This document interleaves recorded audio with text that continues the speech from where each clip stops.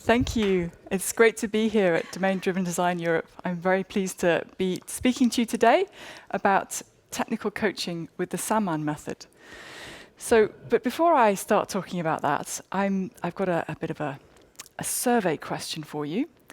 And I've got this thing called Mentimeter. So on your phone, you need to go to menti.com and type in this code that's at the top of the screen. And then it will present you with all of these options for what makes coding fun. And these are all kind of things that I've come up with from my own head, things that I think could make coding fun. So I want you to pick maybe 3 or 4 of them as your top considerations. And somebody was quick off the mark there. So as you answer the questions, we see the results in real time. So this is cool. So I'll just give everyone a few minutes to look through the question.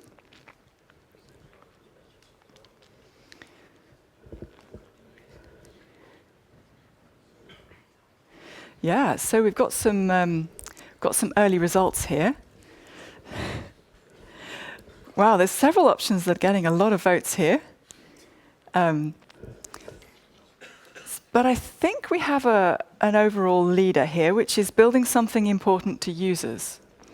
And I totally agree. That is such a motivator, knowing that you're building something that somebody cares about and someone's going to use. That's really important. And after that, we've got, so the next option is definitely code that is clear and easy to understand. So that's also really important. As a software developer, finding that you're working in a working environment where things are comprehensible, you know what you're doing, you can kind of make changes and work out what they're going to do. And that actually turns out to be really important for kind of job satisfaction. So what else is on here? Yeah, then it's a little way down to the other options of, what does that say? Working in a pair or an ensemble. Oh, I'm pleased to see that getting a good rating. Yes, coding with others, collaborating over code. Yeah, so there are lots of things that make coding more or less enjoyable. And that top option there, that we're building something important, that's something that we often have people in our organization around us that are going to help us with that. But that second option there about having code that's clear and easy to understand, that's on software developers. That's on us. That's something that we can directly influence. And it's actually really important for well-being. Now, I'm talking about well-being here and enjoying coding. So we did the question.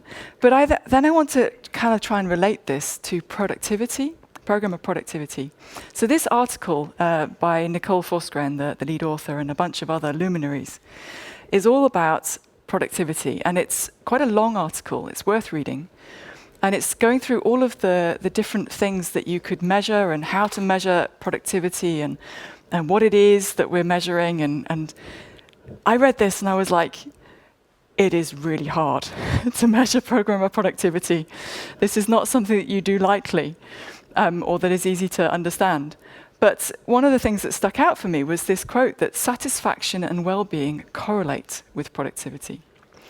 So you can just go to your programming team and talk to them, and are they happy? Then they're probably also productive. Are they miserable and complaining all the time? They're probably not very productive. I mean, and the thing is, it's only a correlation. You can't make them more productive by kind of buying them cake. You know, it doesn't quite work like that. But it does give you kind of this indication of what's going on. And the article doesn't perhaps say this, but I would make a link with the state of the code. If the code is clear and easy to understand, then you're more likely to be happy and productive. You know, I think it's related. So when that's not the case, it's often a problem with which we call technical debt. And this is a term that Ward Cunningham came up with, but I think Martin Fowler's description is more like how the term is used today. This is deficiencies in internal quality that make it harder than it would ideally be to modify and extend the code. It's hard to work with, it slows you down. and it makes you miserable if it gets past a certain level. So this is something that I think a lot of programmers recognize, the link between the quality of the code, the productivity, and your well-being. And this is something that, if you're not familiar with it, I've got some exercises that I could show you where you would actually be able to experience this problem. Because this code is terrible. This is bad code, and it's you can't read it, I'm sure. It's very small on this slide.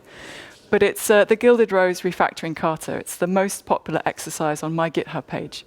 And the starting position is just like, wow, this code is so bad. You can't make any progress with it at first. It's like, I don't understand this. It's heavily indented. It's got loads of duplication. There are magic numbers. There are no comments. The names are bad. It's just like, you're not productive with this code.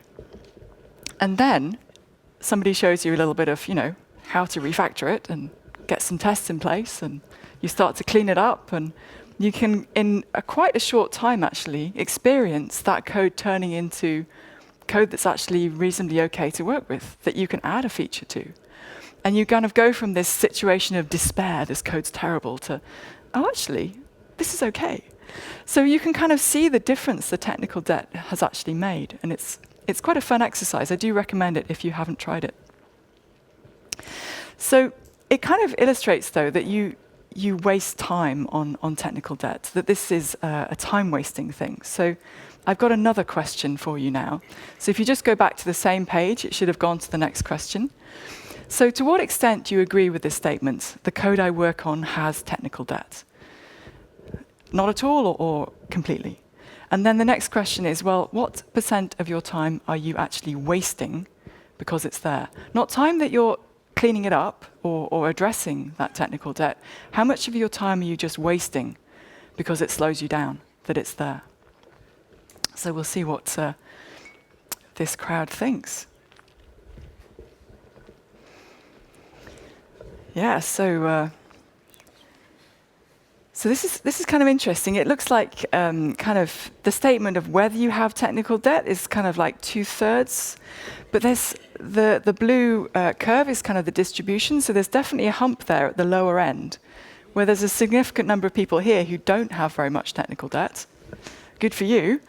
But there are some people who really do have technical debt. So the average is somewhere in the middle, but it seems that there is technical debt, okay. And then the amount of time you're wasting on it. Yeah, so that's kind of in the middle, actually. Averaging about 50%, that's quite a lot. Although you can see the distribution, there's definitely some people who are not spending a lot of time on it, and some people are spending all of their time on technical debt. So that's a bit depressing if that's you. And that might not make for a very happy time, unfortunately. So this is interesting because these results, in some ways, it's kind of mixed. This is a mixed audience. But there has been some research done on this recently. This paper came out in 2019.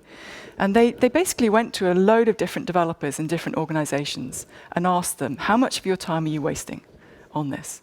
And of course, they did it scientifically, and they explained what technical debt was and gave them proper definitions and but basically they just asked them how much time, just like I just asked you. And the average there was 23%. And you can see the distribution, though, that a lot of developers aren't troubled by this, and some developers spend nearly all their time just dealing with technical debt. So your headline figure of an average of about half your time was worse actually than this research. So hopefully that isn't a bad sign for this conference. Or maybe it is a good sign, I don't know. But anyway, technical debt is a problem, and it's a problem for productivity. And this kind of numbers could be quite helpful having a conversation with your manager. I mean, which manager wouldn't like to get 23% more development time for features by reducing technical debt? I mean, it seems a pretty good argument to me. But although, having said that, I don't think you can ever get technical debt to zero. I think there is always going to be some of your time spent on that. But you definitely need to keep it under control. You can't have that wasted time just take away all of your feature development budget. That's a recipe for the the software product dying. We have to find ways to keep the technical debt under control. So this is the problem that I see as a technical coach. A lot of organizations struggling to keep their technical debt under control. And I think there are two things that you need to do to achieve this, keeping it under control. I think there needs to be skill. Developers need the skills to be able to remove the technical debt. Sometimes it really is a problem that they don't know how, or they can't see the debt and they don't know what to do about it. But the other part of it is having a culture where that's possible, an environment where people feel that they're able to spend the time necessary to remove the technical debt. And so this picture, I like this picture because it's this guy has just made a violin, and he's very proud of his work, and he's signing his name on it. And I mean, a violin is not only a beautiful thing, it's a useful thing. And the software that we write needs to be useful. And so I don't know if it's more about us being proud of creating a work of art in our software. It's more about being proud that we're creating a great piece of engineering that we stand up for, that we did a good piece of work here. We want to take pride in it. And that's the culture that we'd like to have in our organizations. We've got the skill and the culture to keep technical debt at a manageable level, keep our productivity up, and achieve that well-being that we want to have at our work. So I just said kind of skill, and I kind of mean test-driven development, honestly. The thing with TDD is it's quite a complex skill to master. And there are many aspects to it. It's not just you have to be able to design tests. You have to have a good sense of design, testable design. You have to be able to refactor safely. You have to be able to break a large task into small pieces and work on it iteratively. There's a bunch of skills you need to do TDD. So I kind of see it as a kind of indicator. If you meet a developer who can do this, then they can probably keep technical debt under control. This is a hard skill to master, and if you've got it, then you're in a good place. And I've got some research to back this up as well. So I hope you've seen this book from 2018, Accelerate, about the science of DevOps. And this is all about what works in software developer, what these elite organizations are actually doing in order to achieve fantastic rates of software delivery and stability, and killing it in the marketplace because they've got really good software organizations. So this research, I think this is worth reading. It's all about what people are actually doing. And one of the things they found that helps, it's not the only thing, but one of the things they found is that these elite organizations, developers are practicing test-driven development. So that, I was really pleased when I read that. It's like, I knew it. TDD is important for success. It's not the only thing, but it is there. So I've put this slide together as well, and more about what are these skills you need to manage technical debt. I mean, TDD, if you can do that, you're good. But even without having achieved TDD, if you've got some refactoring skills, you know a technique like approval testing for getting legacy code under test, you've got a sense of how to do object-oriented design, these are the kind of software engineering skills that you need. And I was fortunate that I was quite early in my career when I learned these kinds of things. Back when I was only a couple of years out of university, I was happy to have I somehow landed in this team that was doing extreme programming. And it was fantastic. I learned so much. And I really enjoyed writing all these tests. And it was really productive. And I was like, yeah, this is how we should build software. And most of the rest of my career then has been like, well, how do I recreate that on all the other teams that I've worked on? So I went from that team to a team that definitely was not writing tests. And of course, it was quite a legacy code base. and it was quite hard to write tests for. And mine was like coming in with this newly saved enthusiasm of like, right, we've got to write tests. Okay, everyone, you've got to write tests. Have a look, here are my unit tests. They are so fantastic. You should write these too. Or even better, look, I found this code you wrote last week. I think it had some duplications, so I wrote some unit tests for it, and then I refactored it. And look, I found a bug. This did not make me popular. This is not a recommended way to try and persuade people to write tests. Just telling them to is not really what it's at. So I quickly learned that I needed a better strategy. And I like to make this analogy with learning to ski, because it seems to me that there are different ways to get down a slope on skis. There's the person on the one side is doing the snowplow. It's the first thing you learn when you learn to ski. It's like very stable. You can brake quite easily. You're less likely to fall over, and you can get down a gentle slope. The thing is, if you want to really have fun skiing, you need to learn the other technique, the parallel turns.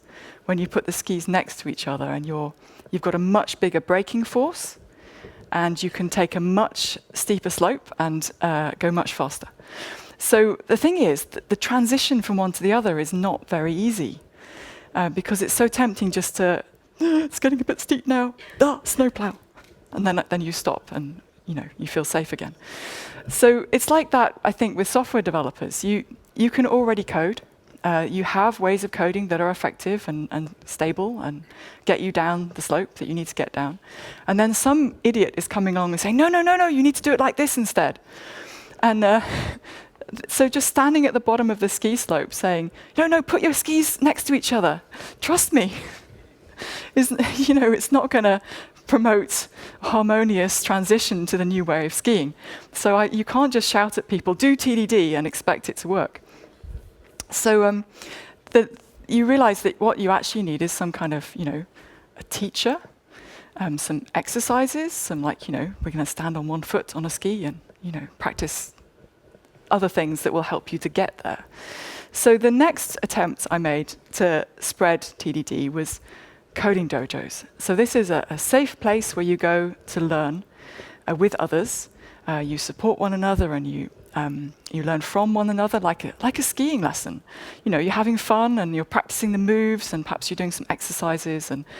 And this is actually quite fun and a lot more effective than just shouting at people. So if you haven't tried this, I would recommend it. I mean, I wrote this book about it over 10 years ago, actually, because it seemed to be working quite well. But after a while of doing these dojos, and I found that people would learn TDD, but then somehow it didn't always make a difference. So it's like you learn TDD on the beautifully groomed slope on the code kata, and then you go back to your desk in your production code and you're like, I'm not sure I'm really confident to use this technique in this situation. It's a bit more complicated. So this is where I think you need something a little more than coding dojos before it's actually really going to stick. So I'm interested, if you've learnt TDD, I'm interested in how that has happened. So I've got another question for you. Which of these things have you successfully used to learn TDD? And there is an option for I haven't learnt it if you haven't. But if you have, how did that happen? So let's see.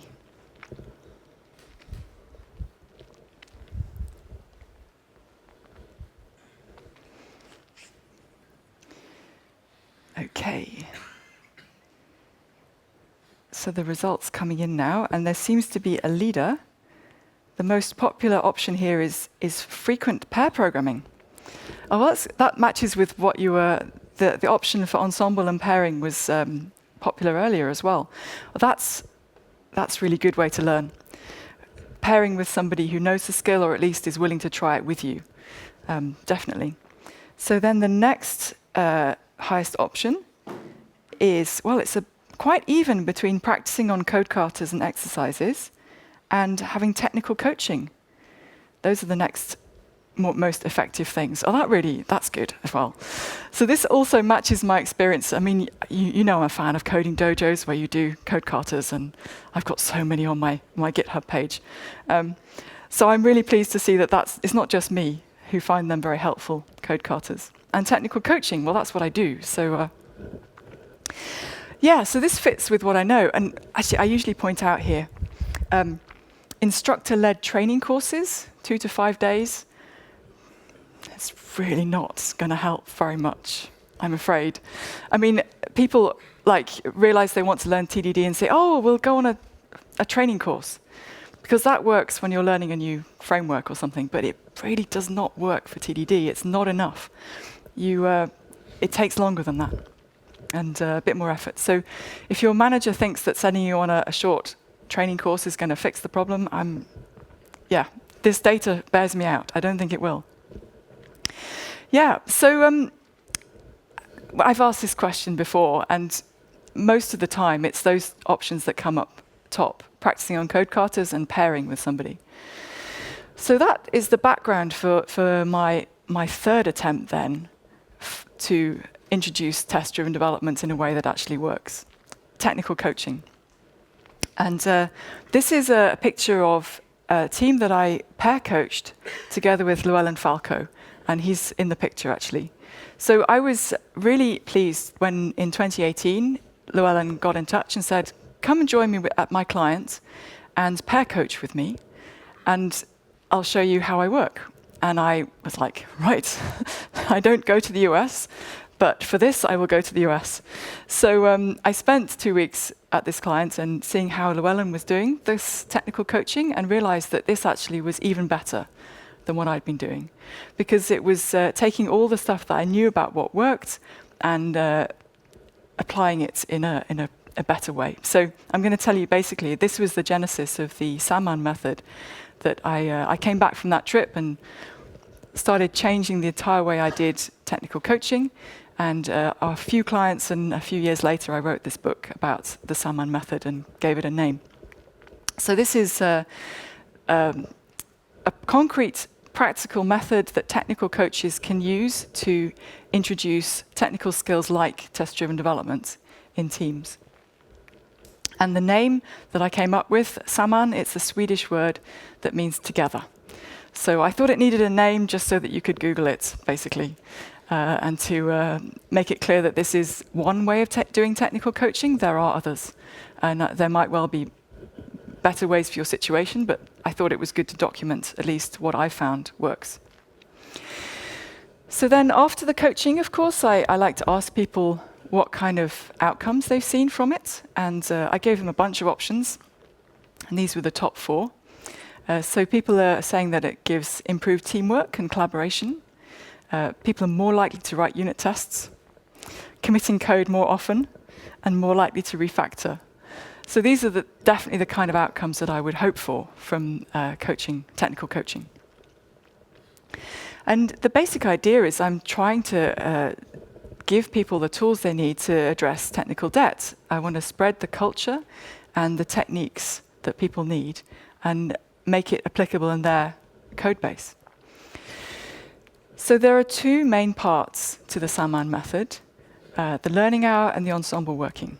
And this is kind of analogous to coding dojos and pair programming, basically, which I know work. This is just kind of scaling it up. So let's talk about this more specifics about these. So the learning hour is where we're going to introduce new concepts and techniques and practice on code katas, because I really like code katas. And it's a really good thing to do, I think, when you're learning a new technique, to have a beginner slope, something that's easy, where the technique is straightforward and you can really discuss the theory and see it in practice. The other thing that I've discovered in the past few years is training from the back of the room. This is a book by Sharon Bowman, who she's not a software person, but she knows a lot about training and how to present ideas and things so that they actually stick and people actually come away remembering stuff and being able be able to have new skills. And the key to it basically is using active learning techniques, hands-on, experiential code carters. I think I've said that a lot. Yes. So this is really, I think, just taking a coding dojo to the next level, putting a little bit more structure, a little bit more thought behind it, and making it even more effective and time effective for the people who take part. So I've got this website now, which is a companion to the book, sammancoaching.org, and I've got descriptions of all my favorite code carters on there, which you're welcome to use. It's basically the whole site is on a Creative Commons license, so you're free to use all these materials, so long as you credit where you got them from. So just, coding dojos, you can do Code Carter. The other thing that's on the site is actual descriptions of structured learning hours. So a learning hour is like a short coding dojo with Sharon Bowman training from the back of the room structure, where it's you'll really have thought it through how to get people engaged and thinking and in a state of mind where they're going to learn something and it's going to stick. So this is also a resource that I hope that other technical coaches will be able to use and find things like, my team needs a learning hour on code smells. Let me go and look on this website and see if I can find one and steal all these materials and, do something that will work for my team. So that's the first part of the Samman method then, the learning hours. And then before I talked about the next part of this, I have another survey question for you. So I've asked about this a bit before, but I want to put some numbers on this. How much time are you spending coding alone, or pairing, or working in an ensemble with 3 or more people?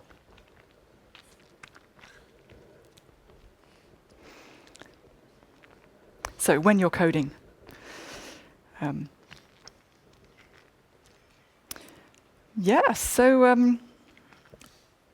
So pairing is pretty popular, actually. I've asked this question with quite a lot of different groups, and pairing is coming out well for this group. And ensemble is not as popular, but yeah, pairing is there. So this is interesting, that collaborative working is something that people in this audience are doing, and that's, I think, very positive on a lot of levels, but particularly for well-being. Isn't it just more fun coding with others? I mean, collaboration should be a positive experience. And then also for spreading culture and knowledge. So this is an essential part of the Samman coaching method that we have Ensemble Working.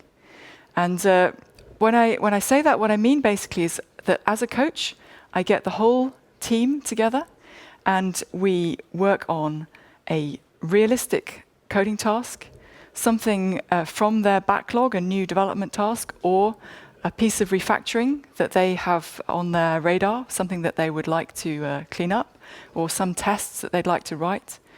So we pick something that's in their code base, and the purpose of all these ensemble sessions is really to apply all the techniques that we've been learning about in the learning hours. Maybe not all of them, but at least some, so that they not only have learned the theory and practiced on a code carter, but they also get to see it working in their code base. And as the coach, I'm there to make that actually possible, because they might not have the skill to be able to do that initially. But because I'm there and I've got some experience, I can talk them down that difficult slope and how to navigate around those bumps. And hopefully do it without getting in the way of too many other people. So that's the ensemble working part. Now, you may know ensemble working by its other name, mob programming. And Woody Zuhl has written this great book and spent a lot of time explaining this technique. He describes it as all the brilliant people working on the same thing at the same time, in the same space, on the same computer. So it really is collaborative coding. The code we come up with is a product of all of our expertise. So I do want to mention as well, though, that this is not just putting a team of programmers in a room and telling them to write code together. There is a structure to this. And when I teach Ensemble Working, I'm quite keen to emphasize the different roles and the different behaviors that are expected when you hold one of those roles. So the typist is the person with a keyboard who is, at any one time, they're the person entering the code into the computer. And I deliberately call them the typist and not the driver, because they are not setting the direction. That is coming from the rest of the ensemble, and the navigator in particular is like the spokesperson for the group, who is talking in words and explaining to the typist, this is the code that you should write now. This is what I want you to do. They are leading the work and telling the typist, and the typist is just doing what they're told. There shouldn't be new ideas coming from the typist. All the ideas are coming from the rest of the ensemble and being funneled to the typist via the navigator. So the rest of the ensemble, they're supporting the people in those two roles. Primarily, if the navigator asks for help, of course, the supporters will make suggestions. If the navigator gets stuck, they should ask for help. There is somebody there who will help. And the other thing that the supporter should do is stay quiet, mostly. And then if they don't understand what's going on, they need to raise a hand and say, can you explain that, please? Somebody, what's going on? Because they need to be ready to take over the role of navigator and typist. Because you're rotating these roles on the scale of 5 minutes to maybe as much as 20 minutes, something like that, so that everyone takes a turn in each role. So that's the basic setup for Ensemble Working, at least when I teach it. And this is a useful way of working in its own right. You don't need to have a technical coach to have a benefit from this. You can kind of see how just the thing of the navigator having to explain in words what code to write, and then everyone seeing someone type that code, that's going to spread knowledge in your team.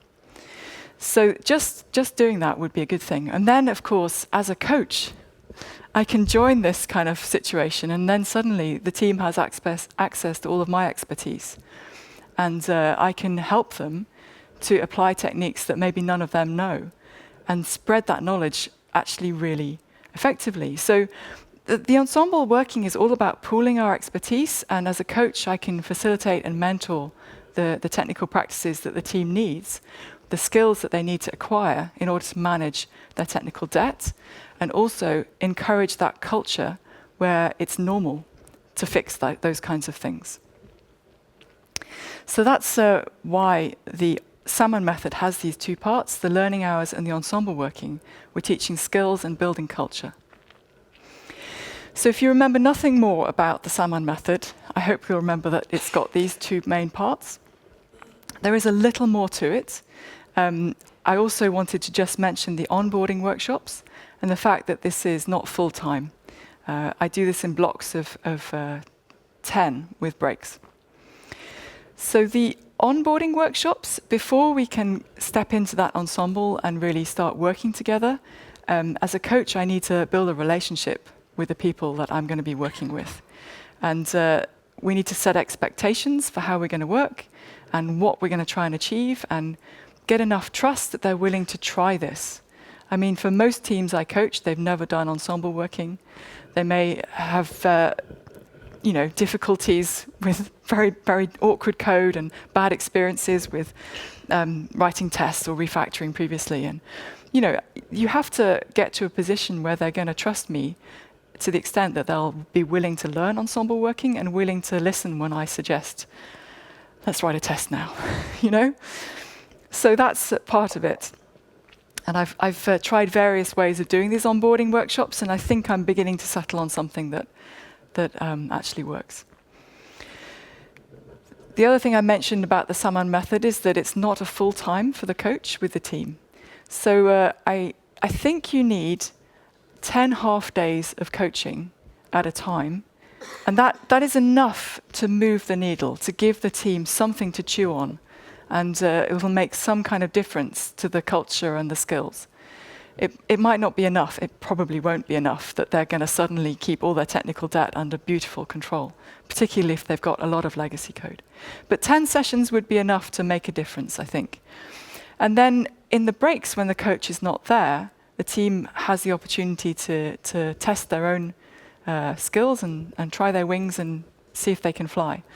And of course, it's quite helpful if they know the coach is going to come back and do another block of 10 half days at a later date, so that they can come back and say, okay, we tried these things that we were learning with you, and we need to go over these things a bit more, you know? So that's kind of the goal, that this is that the coach is coming back on a cadence to bring the team to the next level.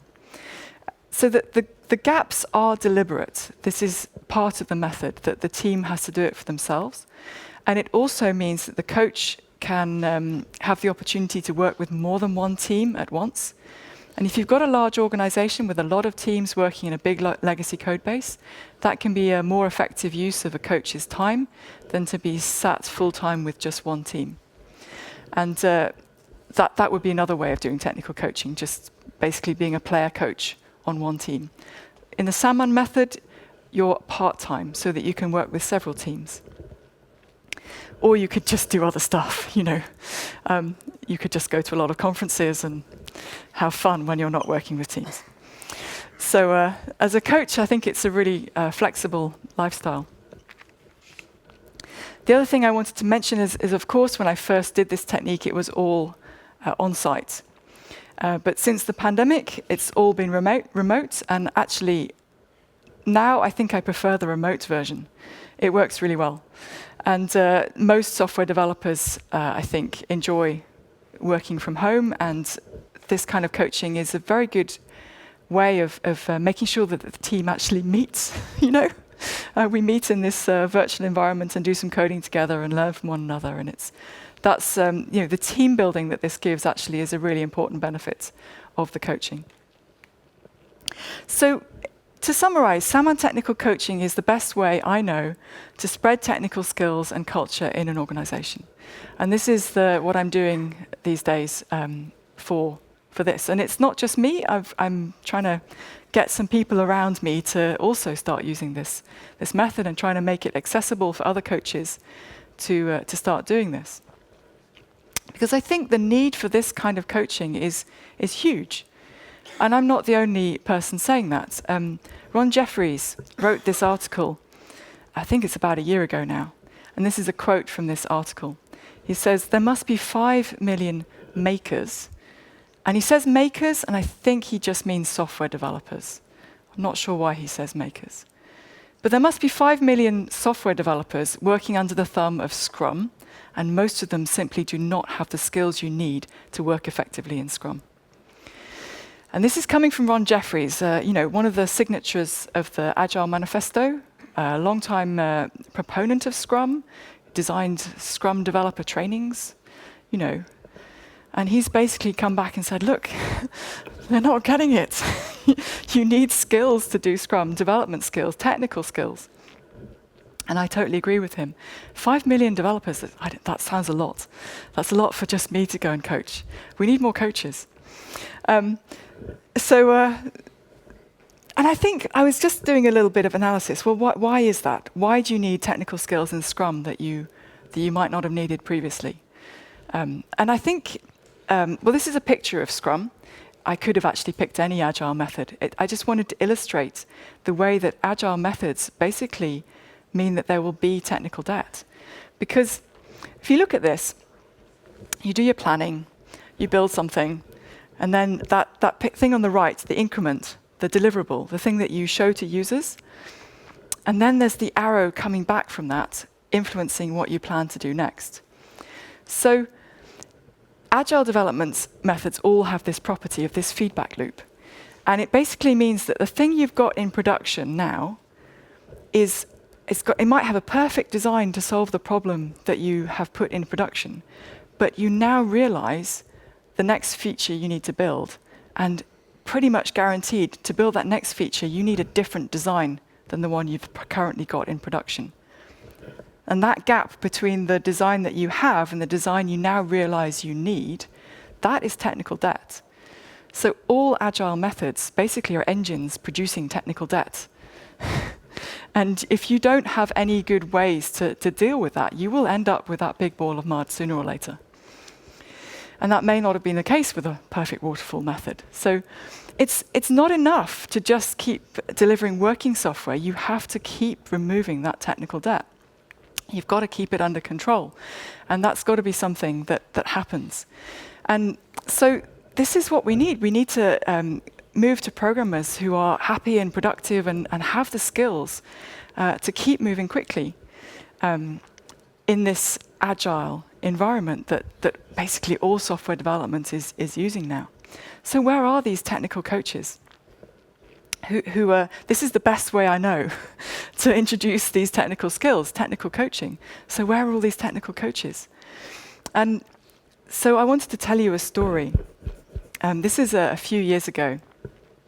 I was going to be coaching this team, so I sent them an email and said, welcome to my session on Monday. You need to prepare, blah, blah, blah.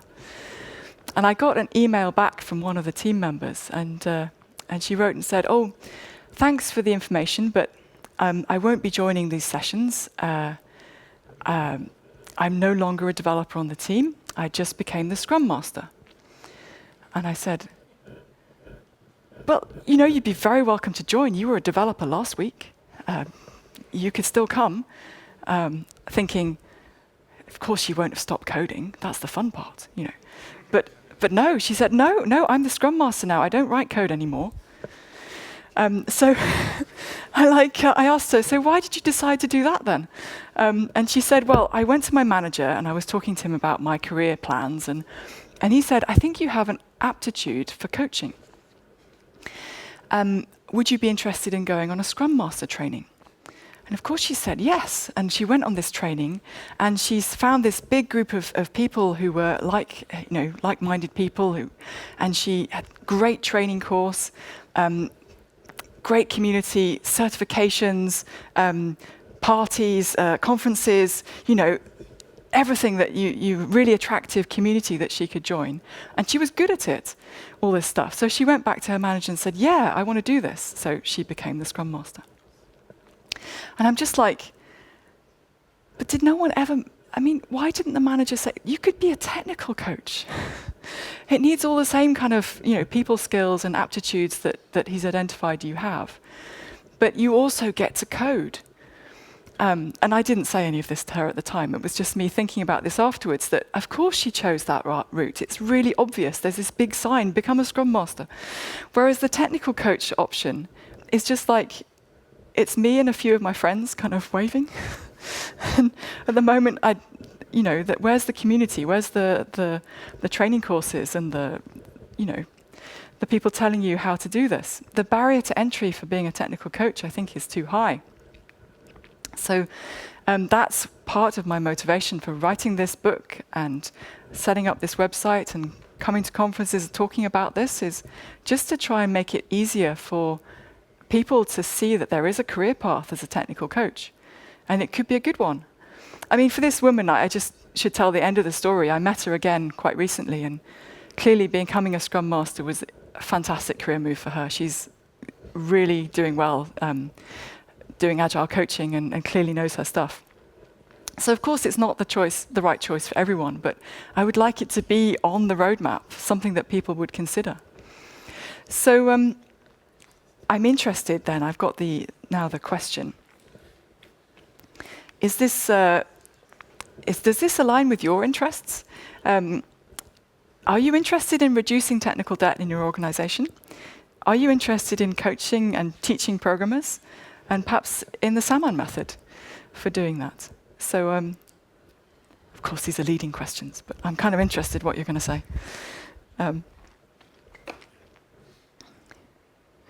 Yeah. So this problem of technical debt and needing to reduce it in your organization, that's, I think I'm not the only one who's seen this. This is a problem. Good. And coaching and teaching? Great stuff. And the Samman method, lots of people seem a little bit interested in that. So I hope that's going to be useful then, all the materials that are out there for that. So whatever flavor of technical coaching and teaching that you come up with, I hope you'll find something useful in the Samman method, because this is kind of what it's about. It's like trying to make life better for programmers. It's about trying to create this community of so that there is a viable option for the career path. So I don't know if you're interested, but I've got an event next week. It's a remote open space for technical coaches to meet up online and just chat about what it's like to do this technical coaching.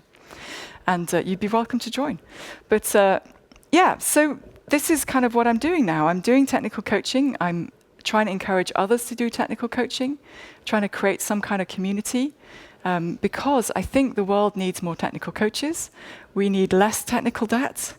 We need happier, more productive programmers. Thank you.